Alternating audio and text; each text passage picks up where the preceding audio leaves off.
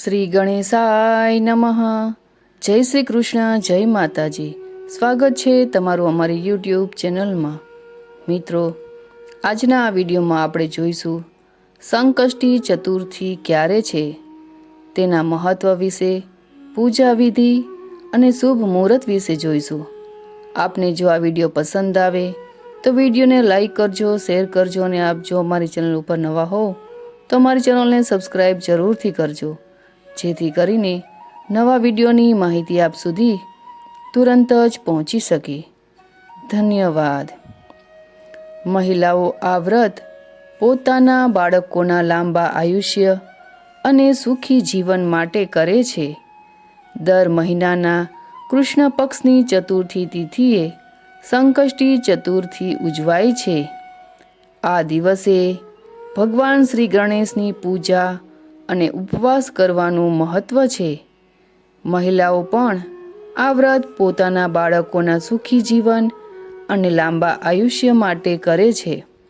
દર મહિનાના કૃષ્ણ પક્ષની ચતુર્થી તિથિએ સંકષ્ટી ચતુર્થી એટલે કે સંકટહારા ચતુર્થીનું વ્રત રાખવામાં આવે છે. પંચાંગ અનુસાર માઘ મહિનામાં કૃષ્ણ પક્ષની ચતુર્થી તિથિએ સંકષ્ટી ચતુર્થી ઉજવાય છે. આ દિવસે ભગવાન શ્રી ગણેશની પૂજા અને ઉપવાસ કરવાનું મહત્ત્વ છે. બિહાર અને પૂર્વી ઉત્તર પ્રદેશમાં આ સંકષ્ટી ચતુર્થીને તિલવા અથવા તિલકુટા પણ કહેવામાં આવે છે.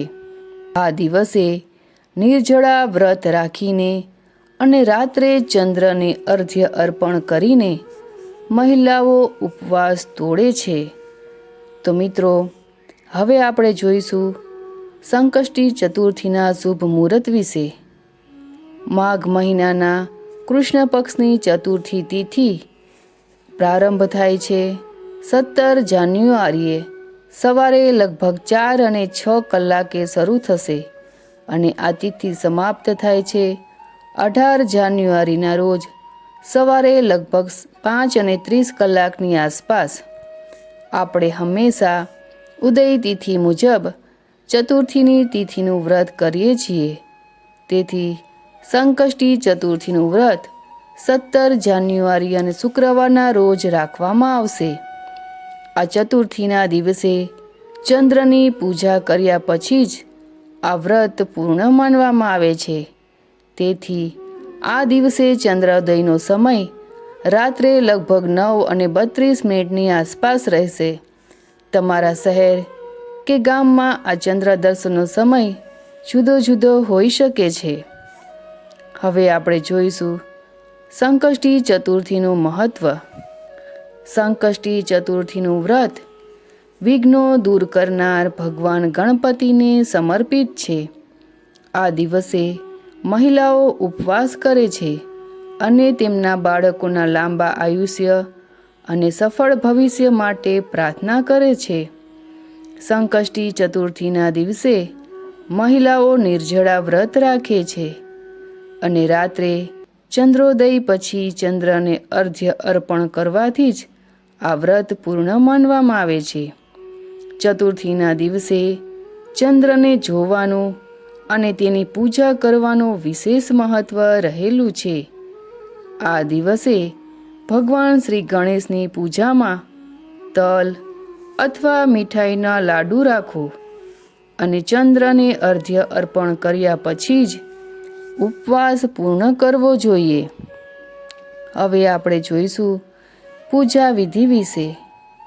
સંકષ્ટી ચતુર્થીના રોજ વ્રત રાખવા માટે બને તો સવારે વહેલા બ્રહ્મ મુહૂર્તમાં જાગીને સ્નાનાદિ કાર્યથી પરવારી જવું જોઈએ. ત્યારબાદ સ્વચ્છ કપડાં ધારણ કરવા અને પછી સંકષ્ટી ચતુર્થીનું વ્રત રાખવાનો સંકલ્પ કરવો જોઈએ. ત્યારબાદ લાકડાની ચોકી પર લાલ કપડું પાથરીને ભગવાન શ્રી ગણેશજીની મૂર્તિની સ્થાપના કરવી જોઈએ. આ પછી તેના પર કુમકુમ લગાવી અને ઘીનો દીવો કરવો જોઈએ. ત્યારબાદ ભગવાન શ્રી ગણેશજીની મૂર્તિને ફૂલ, ફળ અને મીઠાઈઓ અર્પણ કરવા જોઈએ. આ પૂજામાં તિલકુટ પ્રસાદ અવશ્ય સામેલ કરવો. આ દિવસે નિયમિત ગણેશ ચાલીસાનો પાઠ કરી પૂજાના અંતે ભગવાન શ્રી ગણેશની આરતી કરવી અને ત્યારબાદ પ્રસાદ ગ્રહણ કરીને આ ઉપવાસ પૂર્ણ કરવો જોઈએ. તો મિત્રો, આજના આ વિડીયોમાં આપણે જોયું સંકષ્ટી ચતુર્થીનું વ્રતની પૂજા વિધિ, તેના શુભ મુહૂર્ત અને તેના મહિમા વિશે.